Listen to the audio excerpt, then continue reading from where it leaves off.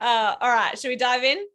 Yeah, let's dive in. I got some great clinical insights and a great topic tonight that I'm really trying to make easy for people, which is stubborn weight loss. And I'm talking about the stubborn stuff. We'll get there in just a moment. And good to make that easy for people because it's not easy. If you're dealing with stubborn weight loss, it can feel very frustrating. And that's really why I'm doing this topic tonight, Karen. I see so much of it. And I have a long history with weight loss that this is why I'm doing this. There are, the traditional, let's just say the traditional, more exercise, eat less, like eat less, move more kind of conversation. And I'll be honest, there was a time when those words came out of my mouth, like that was the primary point of exercise. I'm sorry, of weight loss.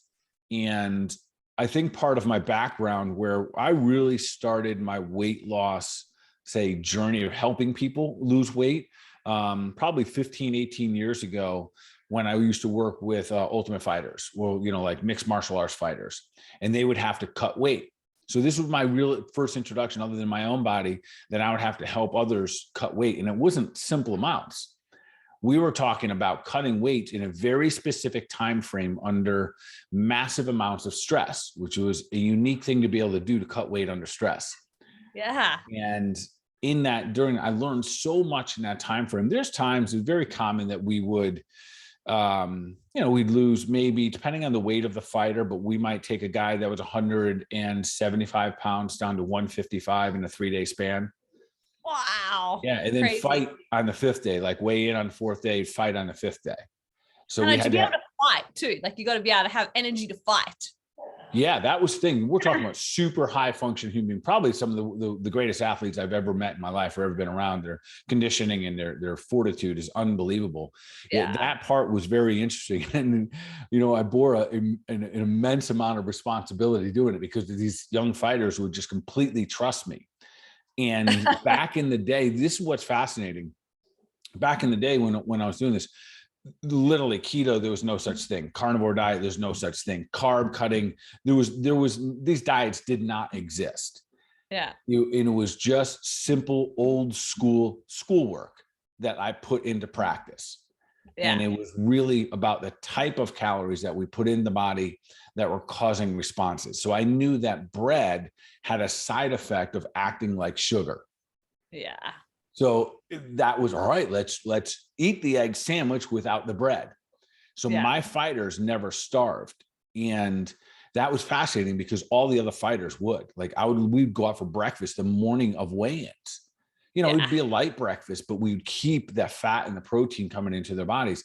And a lot of people just couldn't fathom it. And I would scratch my head at times wondering if I was doing this right. Yet because it worked. Right? It did work. And when I watched, and the reason I got involved with it is because I watched a lot of I was really new to the game. I just started jiu-jitsu, just started kickboxing. And I watched my guys, my coaches, the way that they were cutting weight. And I'd be like, guys,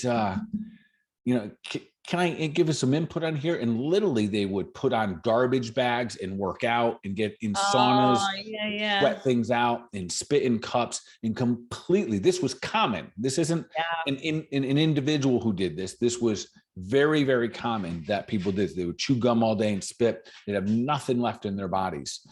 And I remember looking and being like, no, that's not going to be good. Like this doesn't add up. And over time, and doing it enough times over and over again, we got better and better. We got it really refined. So we use some watering techniques, not like, what do they call that? Waterboarding, not that technique. I think that's a source of torture, I think, waterboarding. Yeah. I think so. This is pretty fascinating. I learned this from an old school guy that it also done some, help some other fighters cut weight, where we would about 7 days out, we'd start on, we'd go 2 gallons of water in one day. And that's a lot. And then the next day we'd go to a gallon. The next day we'd go to a half gallon. So we'd be 3 days out or 4 days out. We'd be at a half gallon a day. And then we'd go to 1/4 gallon and then we'd pull the water out. Okay. What was fascinating was that on that 4th day, or what it was, 4 or 5 days into it, 2 days before the actual weigh-in, even though there's no water coming in the body, you would pee out an incredible amount all day long. Wow. No hydration. So, and listen, I'm just a little disclaimer. Don't do this on your own. Do Oh, yeah. not. I probably even shouldn't have said that, because this was cutting weight. This was cutting weight. This wasn't what I'm trying to talk about tonight about healthy weight loss. So I would do this with them, and I had kind of applied it, and I would do it myself in the beginning because I wasn't sure what this was like, your physiology would go through. And I would be in the sauna with them, and I was going through all these cuts with them. So I brought my body through the same thing, cutting. I didn't often get that last 2 to 3 pounds, which are usually the most difficult ones in a weight cut, especially for the fighters, because they're cutting to a weight that is not inherently a weight they should be at. Yeah. They can only be there for moments, quite frankly, hours of a day. And then we have to put some calories back into them, or put some nutrients back in. So I'd gone through a bunch of this with them, and I discovered a lot of things through the process. One, I am not cut out to be a fighter, because cutting weight is not cool. And it doesn't sound fun at all. No, it's not. And it's part of it. It's a part of the game, and boxing and all that, a lot of these competitive sports, wrestling, that a lot of people have no idea about, but it's one of the hardest mental things for those individuals to do. Could you imagine doing the scariest thing, going, one-on-one versus your opponent, and you're starving? You're in caloric deficits. Yeah. So it's very, very, very tough. So those men and women. Why is that better than just fighting at the next weight up, just because you really want to be? They're much bigger. In theory, Karen, we're starting to see a little bit of a trend now, and I pray that we really. I hope that I don't know the fix to it, but I don't like the whole weight cutting thing. I think that everyone would be better off fighting at their optimal weight, and which means that I think that everyone fights at their optimal weight, isn't it? You're still matching with somebody who's like a similar weight to you. Yeah, that's exactly what it should be, instead of them all cutting down, because they're all cutting down from these ridiculous weights. And they're just, I realize I'm looking in from the outside, but I'm always like, the challenge is, the idea is that, well, if I could get it smaller for a moment, but I'm really bigger, maybe I would fight a smaller guy. That's the idea. That's why they have weight classes. So you try to pair up against someone's relatively equal. And the only way that they're really going to do that is if they're able to have some level of monitoring through the entire course of the year. We're getting sidetracked here. I could talk about martial arts and fighting separately. All night long. But nonetheless, so that's a little my background. What I learned in a lot of that, sometimes I would run into roadblocks. There'd be some guys and girls I couldn't get an ounce off of them, and that was with incredible levels of cardio. I'm not talking about going for a 5-mile run. I'm talking about running till you literally drop on the treadmill and get scooted off. Wow. Yeah. Type of stuff that only people who have like a little bit loose upstairs are going to do. Yeah. And it really opened my eyes to, man, maybe it isn't all about caloric burning. You know what I mean? On that level, like we could be hitting a wall here, and just running through it literally could be to our demise. So there's some people, even though they looked physically like we could take off an extra 5 or 10 pounds, not happening. Yeah. And we made some mistakes along the way, and some people would get, over exhausted during training. Overtraining is what they'd call it. And a lot of the overtraining happened because of weight cuts. It wasn't because they were just training too much jujitsu. It was training because they're trying so hard. And I'm sharing this because a lot of people go through this daily. Yeah. They're training so hard. And I understand it. And that's why I'm bringing these to the table tonight. And I'm going to create some strategies for people that they think that the cardio and the gym exercise routines are going to burn those extra, pounds off, and they're just not going. Dropping calories. Yeah. And and it's not a myth, right? So I don't want to say it's a myth that saying, reducing calories or taking a time out from eating isn't going to lose your weight. Sometimes it will, to a certain point. And then it always has a sticking point where your body then says, oh, I'm in starvation mode. I'm going to hold on to things. And most likely at that point, you're functioning at a whole lower level than your best version. You're certainly not in superhuman, status at that point. You are, I'm 12 pounds lighter. I can't move. I can't think, but I'm 12 pounds lighter. Yeah. And that happens a lot as well. Anyway, do we really want to live like that? No, it's interesting. I'll share some other things when we get into the clinical insights yet. So that opened up my eyes that there are some people that it wasn't about exercise, and it wasn't about calories coming in. And then, so I had to start to think, what was it? And then I just started to make observations. I'm like, wow, that person's under enormous amounts of stress. They're not sleeping.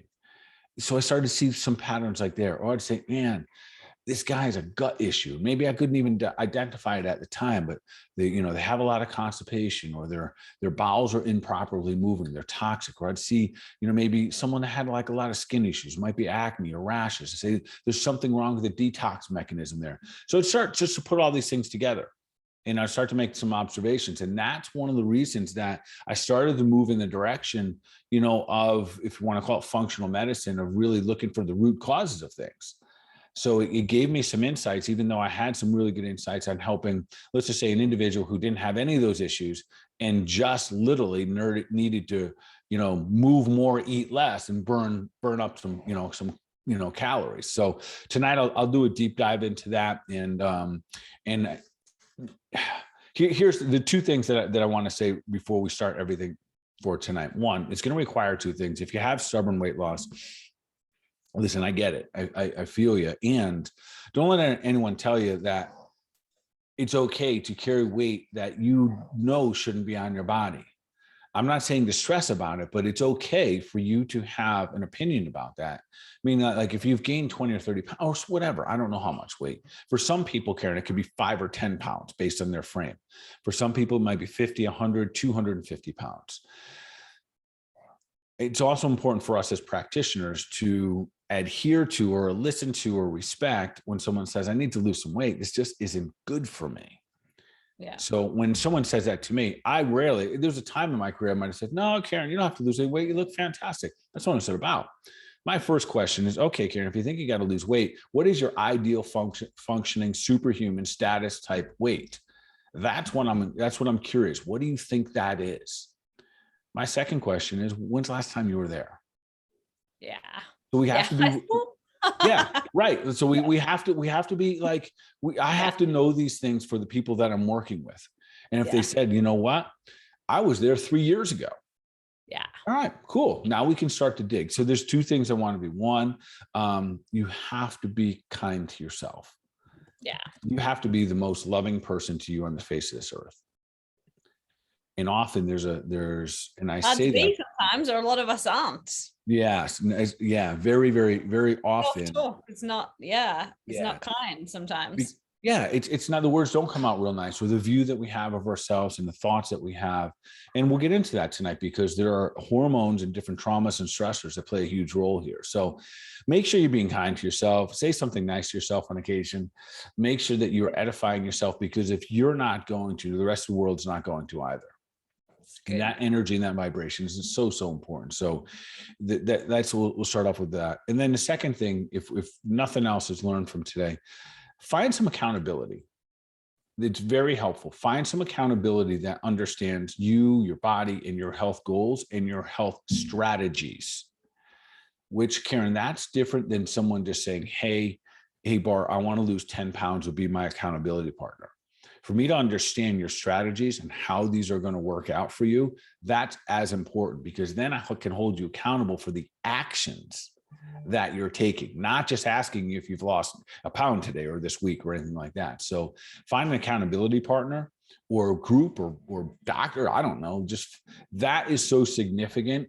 I find that people that have some level of accountability or a touch base or someone helping them guide this pathway, it's so much more successful for. Because listen, we're not often good with our own thoughts. And I don't mean that in a negative way, but we're built like 85% of our thoughts are negative. So when things aren't going our way, we start stinking thinking. We start reminding and telling ourselves with frequency about how good we are not, and how good we don't look, or how, all these things that show up. And I don't care who you are. I think that rings true for every single one of us. So choosing to start being nicer to ourselves is a huge part of this. Then having an accountability partner will also play a big role, and especially the different strategies that I'll lay out tonight.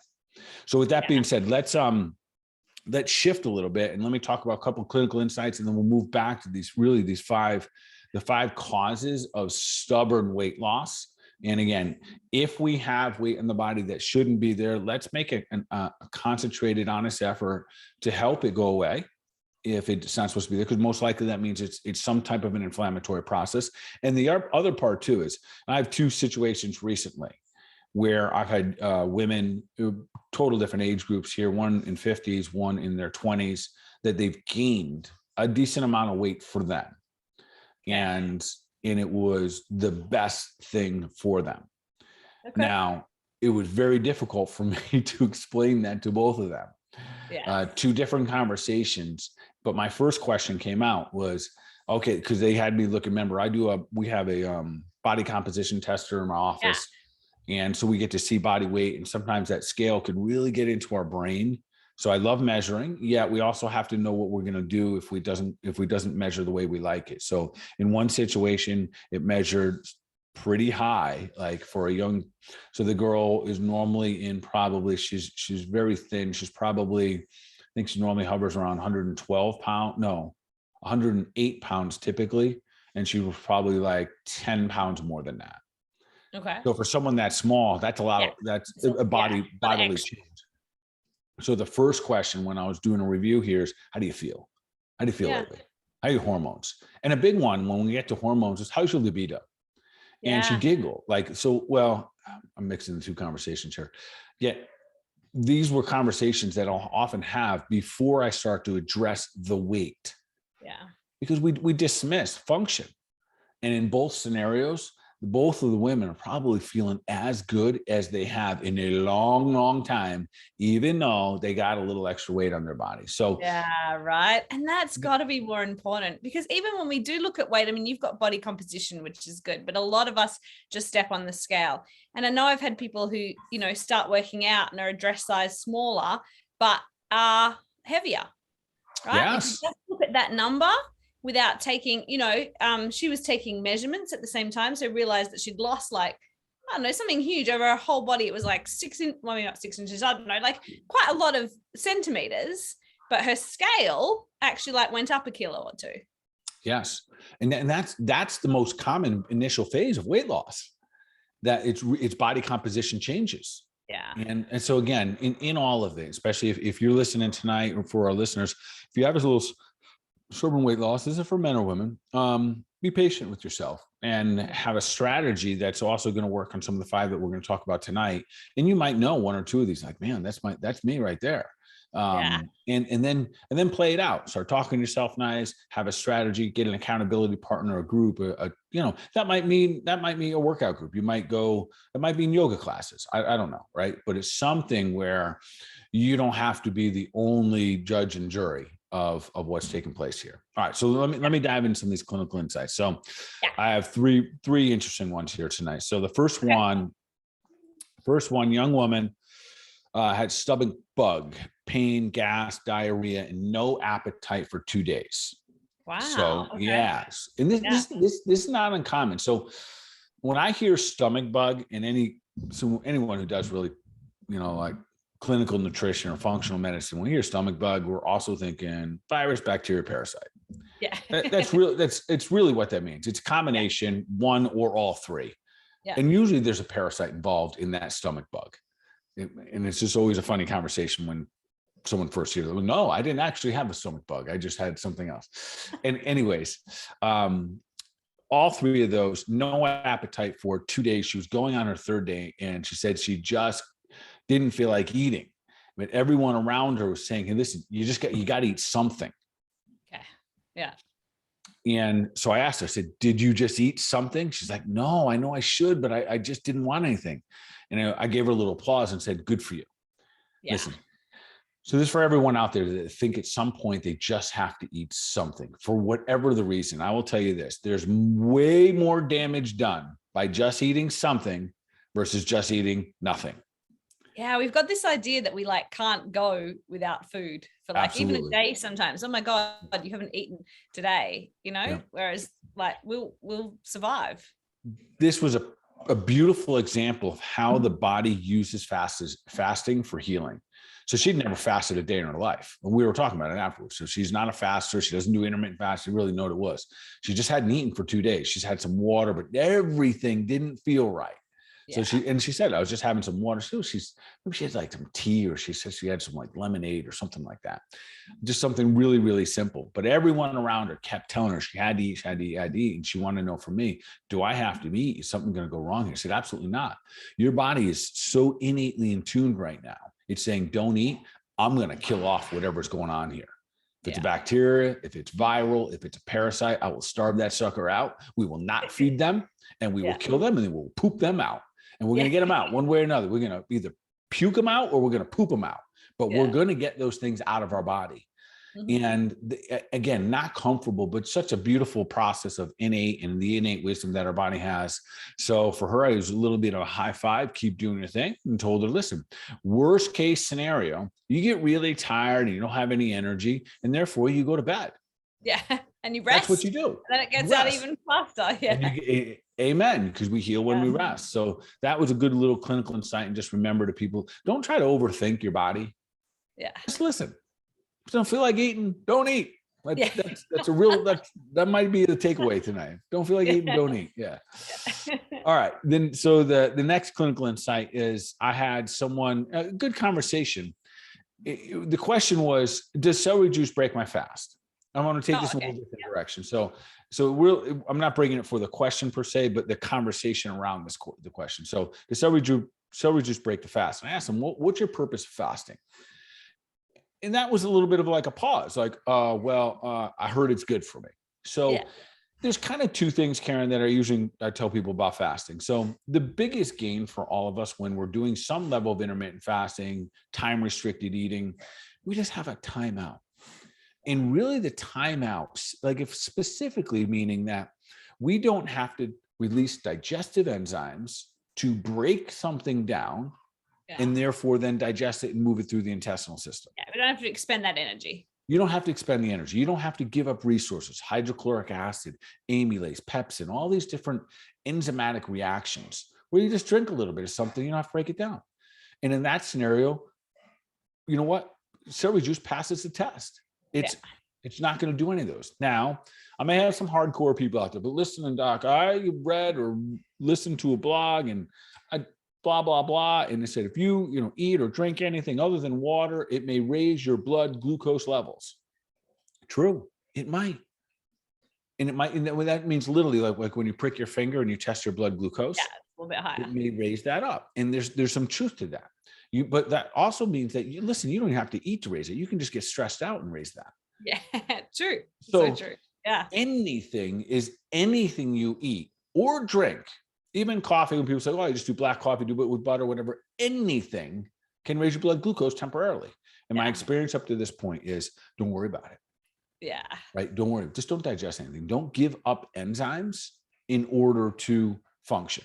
So if you have a little celery juice, a little bit of water, even if it was like a little bit of lemon juice, whatever it may be, all of those things, and it gives you a couple extra hours, 2, 3, 4, 5 extra hours of not consuming food, high five, big win, rock on, keep doing it. And especially celery juice and its impact of helping the liver detox in the morning, beautiful. So that's really the conversation around that. Know why we're fasting, and don't be such a stickler on the rules that it inhibits you actually receiving a lot of good benefits.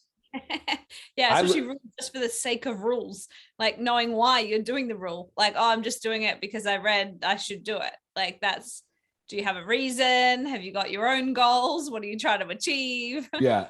So you basically took my 3 minutes into one sentence and made it easier. That's exactly what I mean. Don't just stick to rules because there's rules out there. Yes. Yeah. So making it simple. I love it. And that's exactly my point there, where sometimes we overthink it and we get in our own way of achieving good health. So I love intermittent fast. I love the time restricted eating, and especially something like celery juice as a good habit on a daily basis for liver function. Beautiful. Epstein-Barr, all that good stuff. All right. Number 3, and then we'll dive into these different causes. So the third one, an interesting case, 28-year-old mom of 2, super healthy lifestyle. Actually is been to a chiropractor her entire life, really a holistic approach. She just got COVID for the first time. Oh yeah. Yeah. So and Karen, for us in our coaching, like that's like, you didn't have COVID. I still haven't got it. All right. So you're not in the club yet. So I'm not in the club yet. Most people around me now have, but I don't know. I haven't. Karen, all the cool kids are in the club. I know. I've been exposed. I just don't seem to catch it. Apparently. Well, you probably are more superhuman. Yeah. Touch wood, right? Yes. Yeah. Okay. Anyways, Right. She got COVID the first time. So she got COVID, and as a result of having this super healthy lifestyle and being super healthy, she really never gets sick. Yeah. So this one, it affected her differently. Now she just got back from Disney. Okay. Now Disney, I've never been to Disney, but I know this crystal clear. It seems like everyone in this part of Florida grabs their kids, go to Disney for 4 days, and then they come back absolutely stressed out, tweaked, toasted, exhausted, fat, out of shape, like all of the above, broke, like you name it. All of the above happens when everyone gets back from Disney. Nobody comes back from Disney well rested. Nobody. And everyone's like 4 pounds heavier. So anyways, she comes back after Disney, and bless her for bringing her children there, right? It's a great experience. And she gets COVID, and it gets in. Now it's like she's got a cough and she feels it in her lungs, and she's really has a fear of the unknown, a massive fear. So when I say massive, so she had 2 kids, and so she had her kids not come in the adjusting room today. Okay. And which I'm good with. Like sometimes just adult conversations are needed. And so she broke down literally in fear. So it was a moment where I had to kind of put on the stern doctor, cap and literally almost it was like in my mind, I was grabbing her by the shirt collar and being like, "Stop it. You're healthy." I didn't do that, but I did tell her, "Stop this. Yeah. You're healthy. You're letting your mind overwhelm your body. This can go either way." Yeah. And it gave her a moment of like, oh, like I needed to hear that. Yeah. And then she circled right back into it. Like, how do I know? How do I know this? And literally the words came out of her mouth. How do I know I'm not that one person, that young 20-something-year-old mother that gets the COVID and gets a pneumonia and then ends up dying? And wow. Yeah, that's projecting. And you know what? In fairness, I think in the dark, most people had at least a brief moment with that conversation. Okay. Because there was so much fear wrapped up in this particular the media is just crazy. Yeah. I agree. There's so it would be hard not to at least visit that conversation in the midst of feeling awful. So again, fortunately, and she literally afterwards, after I spanked her a couple of times in a nice, loving way, a little sterner than I'm typically used to, but she just said, "Thank you. That's why I came today." Like I needed someone that wouldn't buy into my fear. Yeah. And I'm using this as a clinical insight today is you got to know who your someone is. It's so important, Karen, that everyone has that somebody. Yeah. That when they are in panic mode, and it's okay if you go in panic mode, you are human. So we're allowed to have those moments. Oh, totally. Yeah. Please figure out who your person is, who your people are.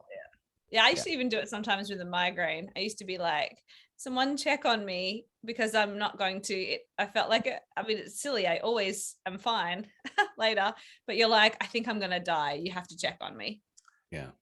And the other thing about. That's not even COVID, right? It's just a and for someone who might be listening, and I don't think anyone would be judging listening to this, but sometimes you think that doesn't apply to you. Yeah, it does apply to so many of us. Maybe it's not COVID. Maybe you're an athlete and injured your knee.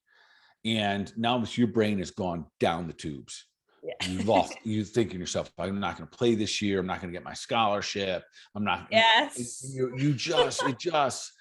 the same thing. It spirals. Yeah. So that's where we got to have that person where we can like basically spew all over them. And then let them be honest with us. Let them give us a little spanking, or whatever the communication pattern is there, and then let that happen, and then let the dust settle, and then you get to move forward. So I'm very grateful that she felt trustworthy of coming in and sharing that with me, and I'm also very grateful that she had the wherewithal. This is the other in the moment, to give herself the opportunity without her kids in the room. And now, so I would get when someone says, well, you should let the kids see it, it's real, but it was false. It was a false sense of fear. Yeah. So it wasn't real. It was just a trauma. It was just manipulation of the brain through the media. Yeah. And as a result of it, she grew some unjust and these crazy biased fears. And as a result of it, she went off the deep end, and someone just had to reel her back. So fortunately, her children didn't need to see that. At least that's my opinion on that one. Yeah. No, for sure.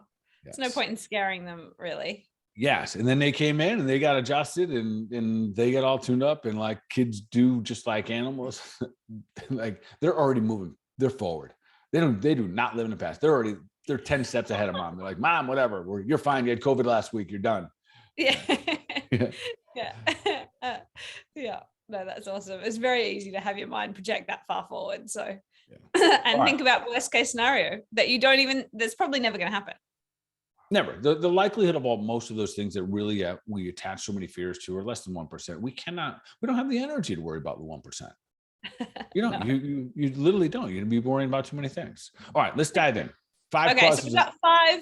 Yeah, 5 reasons why you might have. Yeah, 5 causes of stubborn weight loss. Number 1 is toxins. Okay. And here's what I want to say: is there's 2 parts I'm going to give to this. One is we live in a world. I'm gonna mess this number up. The number is ridiculous. I could say 70,000 or 70 million. It doesn't matter anymore. There's like 70,000 registered chemicals in our country. It might be 700,000, Karen. I don't know, but either way, there's lots. It's an insane amount. A lot of them could be on your foods and stuff like that, and they don't even have to be registered. Mm-hmm. There's some truth to that, and there are things that we don't even know that we're taking in. So toxins. So my point being there is that if you have been exposed to a lot of toxins, which we all have been, especially just when it comes to just water. Yeah, amen. Just water itself. By being exposed to toxins, the way that the human body works is once whatever it's doing, it puts down that job and it goes to attend to the alien come in, and we're going to call the alien the toxins. So that's its primary job. Who's coming in my house? I got to try to do something. And it's very common that the body uses the adipose tissue, which is fat soluble, to bring the toxins in there. And I say fat soluble because once it gets in there, difficult to get it out. Okay. It's got a lipid. Instead of being like water soluble and easy in and easy out, it's fat soluble. So once it, and the reason it puts it in that type of cell is because it can't get out. Yeah. So it's not, your body doesn't want it circulating in your blood. Yeah. Yeah. So toxins are a huge part. So what is our strategy amongst that? Like, what do we do about that? So, and it's all about drainage. The cleanse that we do in January, it is built to clean the body. I can't express enough why a cleanse like that, and you can do it any time of year, but that cleanse is so much more important than just like I don't know, I can't give it another analogies, but it's prepared to actually improve the systems of digestion. When we talk about, what am I talking about? I'm talking about the skin, the kidney. I'm talking about the liver, the bladder. I'm talking about things like your lymph, specifically lymph, skin, kidneys. Did I say liver? And liver. Yeah. Getting those organs to help detox more is absolutely significant. So there are some things you could take, like we've talked a lot about one herb called milk thistle. Yeah. So if we were going to just focus on one area, just getting your liver the ability to drain and not have to hold on everything. Milk thistle is wonderful for helping detox, but it also helps repair damage if there is any. There's 2 others I use clinically, so I'm going to share these. One's called Antronex. We've talked a lot about that here on this show, where often I'll use that in situations where there's histamine being released. And histamine is things that, like for allergies and sinuses. If we want a less of a histamine response, less inflammation in the body, the best way to do that is actually by helping the liver drain more. So Antronex is phenomenal for that. And then I use another one called Spanish black radish. It might be one of my favorite, especially, and one of the reasons because it does so much drainage effectiveness in the gut. There's the same thing I'll use in SIBO cases, which is absolutely phenomenal for an IBS and in different gut cases. But think of the idea of drainage. Now, one of the challenges here, so there are some links here because we've talked about labs here before. When your lymph system gets backed up, it's just a little side note for people. If you all of a sudden have this weird cholesterol panel and you've been gaining weight collectively, if you see that your cholesterol starts to rise, especially things like your triglycerides and your LDLs, inflammatory ones, it could be because your lymph is backed up. Okay. So there's just some correlations that we can see there where there's a drainage issue in the human body. And it's not just about calories again. There's toxins in the body, and we have to start help the body. So I'm going to throw that out as number one. And by draining, you mean getting things out of the body? What exactly do you mean when you say so that's exactly what I'm talking about, is getting things out of the body. Now there's different mechanisms. So things go out the skin. Mm-hmm. So if you see rashes, if your body, you have these red things, you have these itchy things here and there, you're getting, things are changing with your skin. Your system, your drainage system is clogged up. It's backed up. Yeah. So we're looking to, and again, a lot of these things are going to come back to some of the same fundamentals, but that would be number one, making sure that you are draining properly. And a lot of people, I would say, are fundamentally not draining properly because there's no emphasis there. It's usually an emphasis on good food, bad food. And yes, you may be putting in a lot less toxic foods than you once did, but we're still consuming and touching and absorbing things through our skin that may not be going through our mouth, but absorbing things. And again, our air quality and water quality is definitely, they've definitely different over the years here. So if you see things like skin rashes, if you become highly sensitive, so we know about food sensitivities, you can have skin sensitivities. Yeah. If you notice that your skin is becoming more and more sensitive, and this could be across the board, Karen, it could be to a bug bite. We have these things called yellow flies down here. For some people, they blow up like crazy. Yeah. Yes. Then we have to start to think, well, what's the root cause of this? We're having a cytokine storm right there at the level of the skin. You're having an inflammatory process. That means the drainage, the system, the skin as a system, largest eliminative organ, largest eliminative system of the body, it's not working properly. So if you don't react to a bug bite as much as someone else, does that mean that system is working better than the other person? Maybe not exactly. Yeah, I don't know if I want to go that far, but let's just say we see dysfunction. Yeah. That's one sign that we could say, because it's like a food sensitivity, Karen. There are certain foods that aren't good for certain people, but they don't necessarily have a sensitivity or an allergy to them. So the others that go with the skin, kidneys, and lymph, all of those, and especially the liver, we're looking for increasing our lymphatic system. Now, with that being said, when we start talking about cleansing the body, it's an ongoing process. Yeah. That's probably the biggest mistake people make when they think about clearing out the body. They think it as an event. Yeah.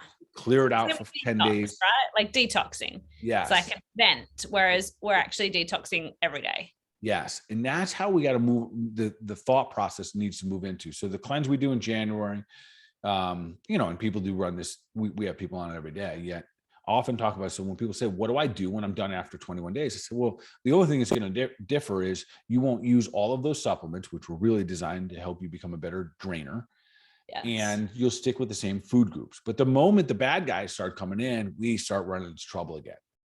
If the drainage system is just like a dam on a lake, if it backs up and it's blocked and nothing goes out, you fill up with junk. So keeping it open and helping that pathway. And again, that might be where I know that one's it might sound complicated, but it's really not. It's just keep the things flowing.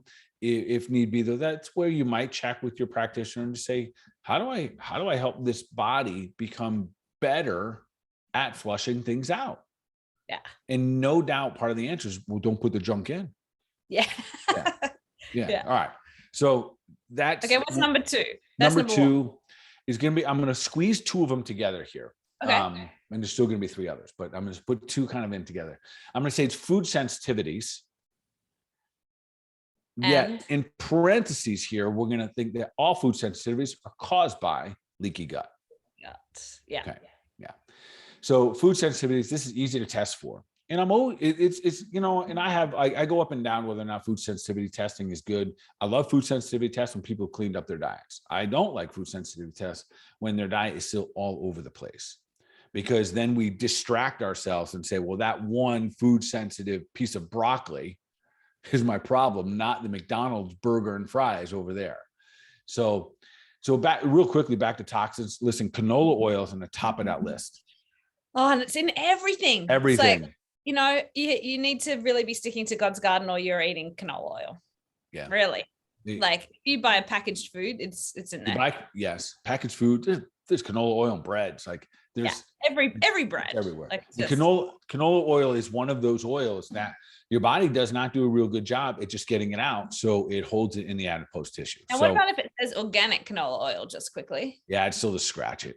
Yeah. Yeah, I know. And I'm, I look at that, I'm like, oh, this still scares me. It scares me in the verbiage that, or the canola oil, it's a processed oil. It's the processing that makes it so damaging. And I don't know if they're just getting away by saying, well, it came from corn at one point, or something to that effect. Yeah. So again, I kind of just scratch it right off the list. Go to your olive oils, go to your avocado oils. There's so many other great options out there.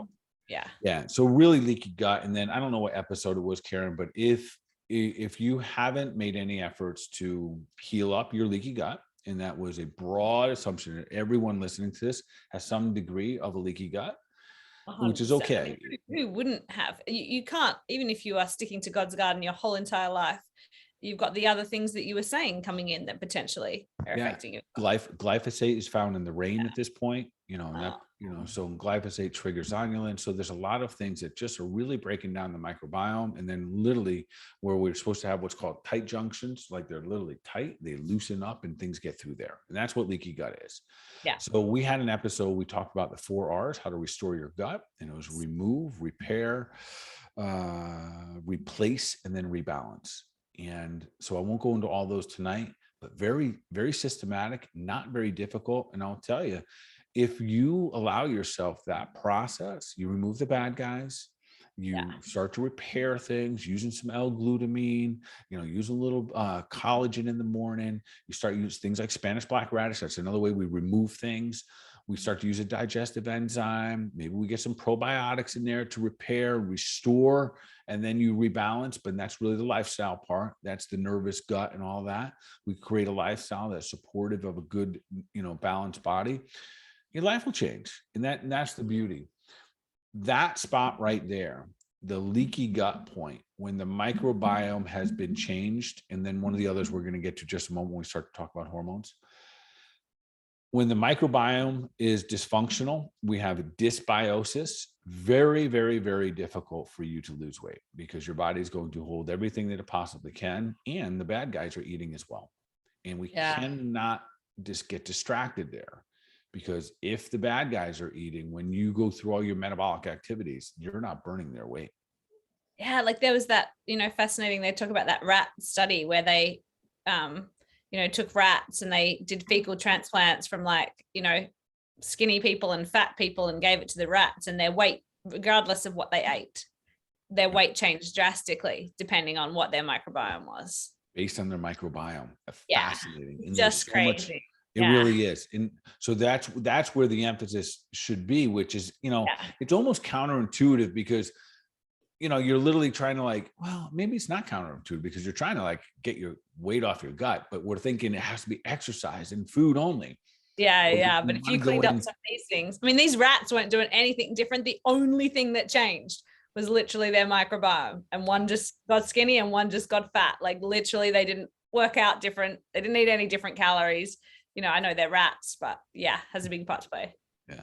All right. So that's a huge one. If you haven't really dug into and not just eating good and just fasting and doing a lot of the things, even the things that we've talked about here, probably won't be enough. You definitely have to remove, you're going to have to replace, repair, and then rebalance. So those are all important. So the next one, and this isn't number 3. Number 3 is a big one, but not talked. I know. I think I don't talk about this one enough, and it's really the timing of eating. Yeah. Okay. And I want to time to eat then.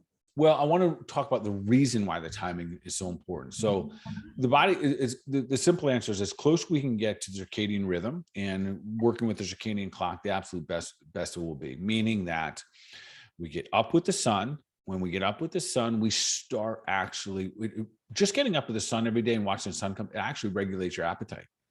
Because it's influencing something called your hypothalamus gland. So your hypothalamus gland regulates hormones, regulates appetite. So the timing of eating, if we eat late at night, here's what happens when we eat, Karen. No matter what we're going to eat, there's always going to be an insulin response, especially if there's no reason for us to have excess calories in the body. So calories are a fuel source, whether it be a fat, carbohydrate, or protein. All of those calories are used for fuel. Yeah. But if you are lying in your bed or you're lying on the couch, you don't necessarily need a lot of fuel to do that. It's a very low intense exercise, right? Yeah. Low output. So your body releases insulin. Insulin then takes that caloric intake, which essentially turns up into some form of a sugar, out, and it stores it into adipose tissue again. That's in a fat cell. And again, once it's in there, not the easiest thing to get out. Now we have strategies. That's where we get to use intermittent fasting, feast and famine. So it's not just, not just starving ourselves. So that timing of eating is important. So I want to go into this just a little bit. Hear me out, folks. This is a tough one to really grasp, but it's real. You only lose weight when you sleep. Okay. That's metabolically what happens. And really, you're going to do most of it through the utilization of a hormone called growth hormone. Okay. Growth hormone is released when you are in deep sleep. There's different types of sleep. There's REM sleep, there's light sleep, there's deep sleep. I came on here a couple of weeks ago saying I've really dialed my deep sleep in because I realize it's one of the more important ones for longevity. So for me, I want my muscles to stay strong even when I'm 100 years old. I want them to look good too, whatever. So Why not? So knowing that if I can keep my growth hormone levels active, then that's the best likelihood that I can kind of just, fight this long, or move in the direction of lots of good longevity ahead of me and fight this aging process. Now, if I release insulin, so I'm lying down in bed, I had a late snack, 9:30, 10 o'clock at night, the body releases in, we skip that whole phase. Yeah. You don't release. So growth hormone and insulin will never be in the same room at the same time. I always call them, they're cousins that hate each other. So if one shows up to the party, the other leaves immediately. Yeah. Okay. And it's always the insulin. If they shows up, growth hormone's going home. Yeah. So when you eat, growth hormone goes away, and it should be released predominantly in the middle of the night in that deep sleep phase. And I think sometimes they call that slow wave, but deep sleep is where we really want to have that. So again, it goes back to sleeping being real important, but timing. And this is probably where all of us, I know for myself, could probably do a little better. So eat prior. A bit earlier, but not so close to bed. Yeah. Try to eat when it's still light out. That's just shoot for that. Just eat when it's light out. Genetically, our DNA, we did not eat in the dark. I know there's like these old Western shows we watch, but if you had the option of eating in the light or the dark, you'd want to see your food. Yeah. Period. Yeah.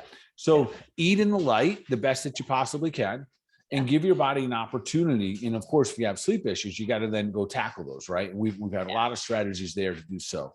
So let's make sure that we're giving our body the opportunity to release growth hormone. Yeah. And if I feel so much better that earlier I eat in the evening. If I eat too close to going to sleep, like I still feel, I don't feel good in the morning. It's weird. So another little thing I'll just kind of throw out there. I want everyone to be really mindful. And again, I am a huge advocate of time-restricted eating, intermittent fasting. Well, we have to be mindful of those, starving ourselves all day long and having a huge dinner and then having that meal and going to bed, even though it's your one meal.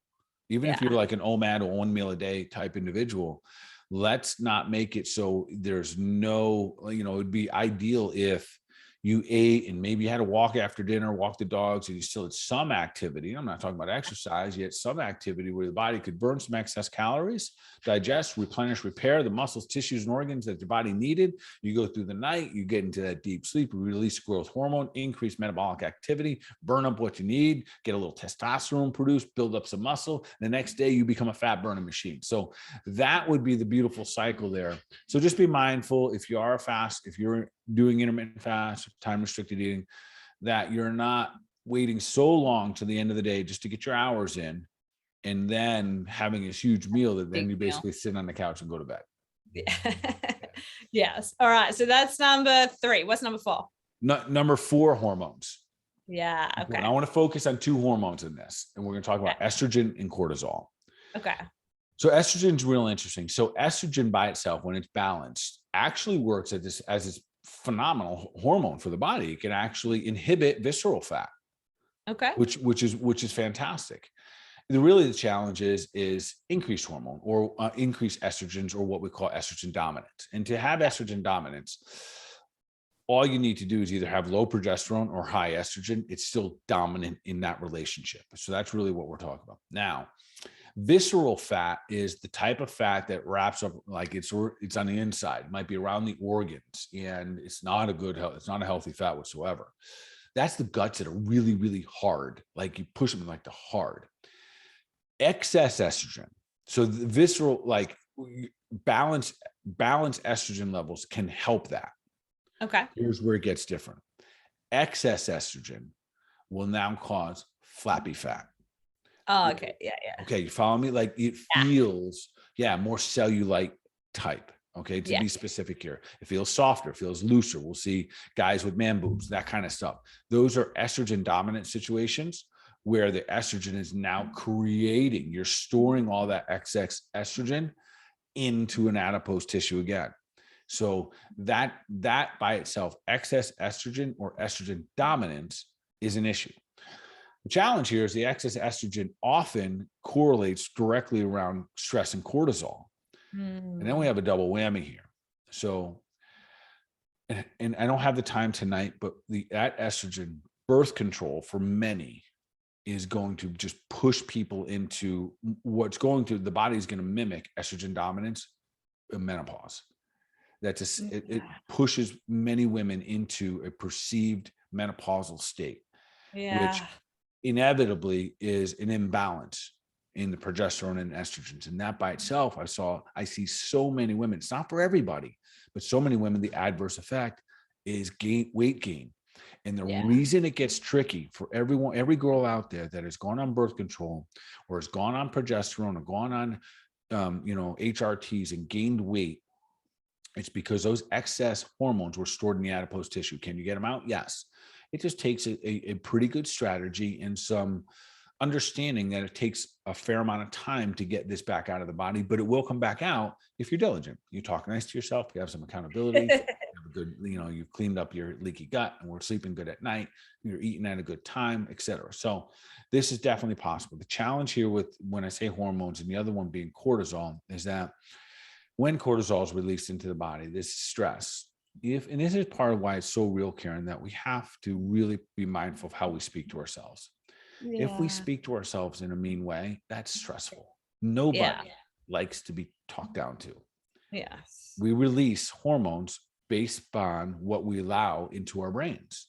So if you call me a jerk, I don't care, right? So no big deal.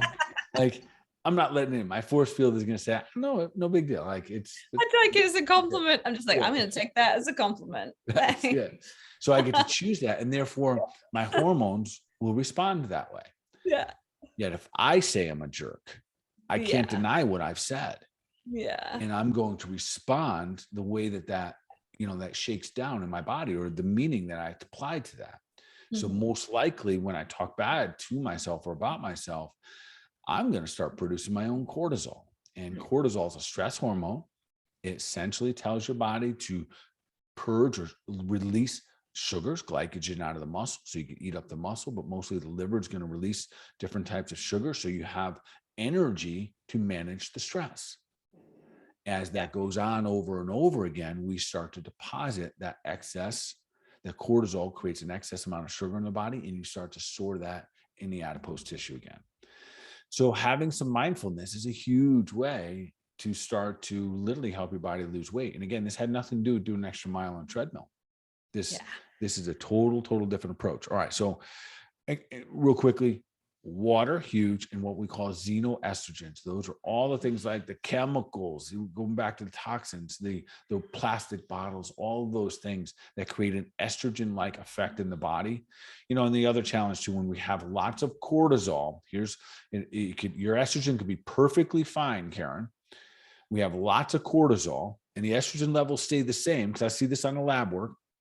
But the cortisol, when we start to run low in that, it does something called the progesterone steal. It steals the progesterone, it goes low. Now we have estrogen dominance.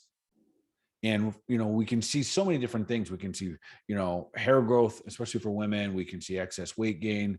We can sometimes a change in the voice tone, libido. Libido is probably the first thing you could just ask anybody if you want to know if you have a hormone imbalance.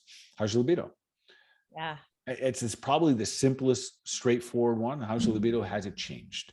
All right. So we got to move forward because I know we're running short on here on time. And I think I'm on number 5 here. Number 5. I mean, number five kind of, links into what we were talking about. Yeah. So number 5 is trauma and stress again. So let me talk about trauma in a couple of different perspectives here. There's a lot of trauma out there, and a lot of it doesn't ever get discussed, and it rarely gets discussed in the doctor's office.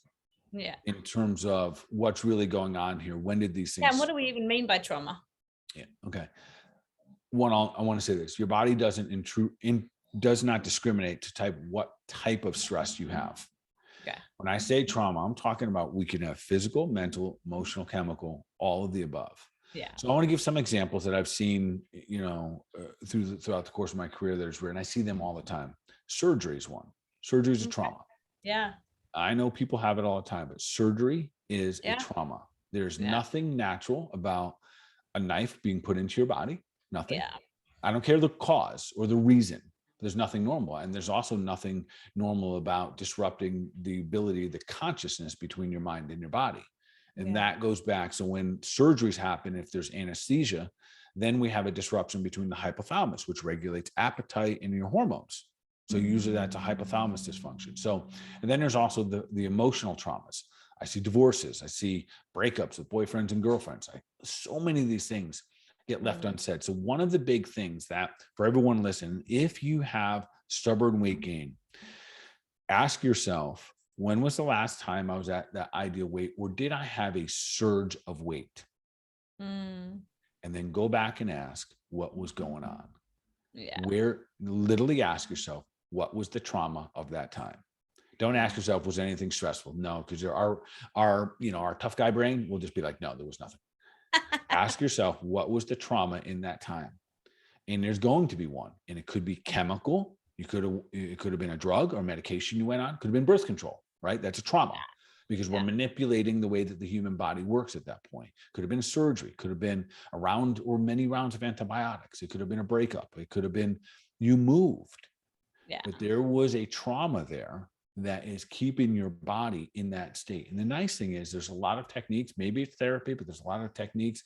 Literally, sometimes you need a good acupuncture session or a massage or an adjustment to reset the nervous system. We've talked a little bit about vagus nerve resetting. Sometimes these are the things that play such a significant role. We do that one little thing, we help the body, then we add in all these other things. So I would be wrong to talk about stubborn causes of weight loss and not talk about the effect of trauma, physical, mental, or chemical. So, and that's where the whole, stress plays a role here. So that question should be asked. When was the last time I was at that superhuman weight? Was there a specific time that I started gaining weight rapidly? And again, I'm prefacing all this, assuming that, the diet is pretty good. Doesn't have to be perfect, but pretty good. And there's a moderate level of activity and exercise. So if we can look at that time and then say, what was my trauma during that time? And then see what it takes to kind of address and heal that up. And I've watched, Karen, so many times, especially these 5 things we've talked about tonight. I have watched these things literally change lives by addressing them. And that's what's really cool. And that's what I want to share with the audience that's going to be listening to this, that sometimes it's actually the easier part than the diet. Like diet's difficult. Like day-to-day like discipline and no, I'm not going to have this. And yes, I'm going to have this. That could be the hard part. Yeah. Addressing some of these other issues and making some lifestyle changes and at least adhering to them emotionally and acknowledging them for what they are. And then moving forward. Remember, we are not our past. And if we keep that in mind, that we are definitely not our past, sometimes that's all you need to hear once or twice, then you can move forward. So those are our 5 things right there. Love them. Awesome. Well, we covered a lot today. What's going to be our one action item that listeners take to move them towards their goal of becoming superhuman? I think I'm going to give us 2 action steps. And one is be kind to yourself with your words. And then the second is find your person. Okay. Yeah. Find your person. Know who it is in advance. Who's that person that you can lean on that's not going to judge you, that's going to continue to love you, but also might give you a little spanking if you need one.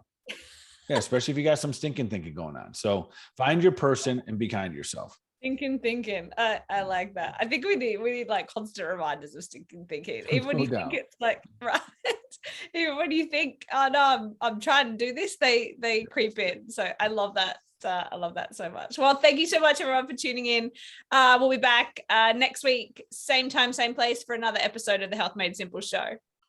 Yeah, appreciate and love everyone. Keep doing your thing. Keep sharing it out. Keep spreading the love. You never know who, or that one individual that you might affect by just sharing something like this. So keep doing that. And then, of course, continue to take deliberate action for your mind, your body, overall wellness. Y'all be awesome.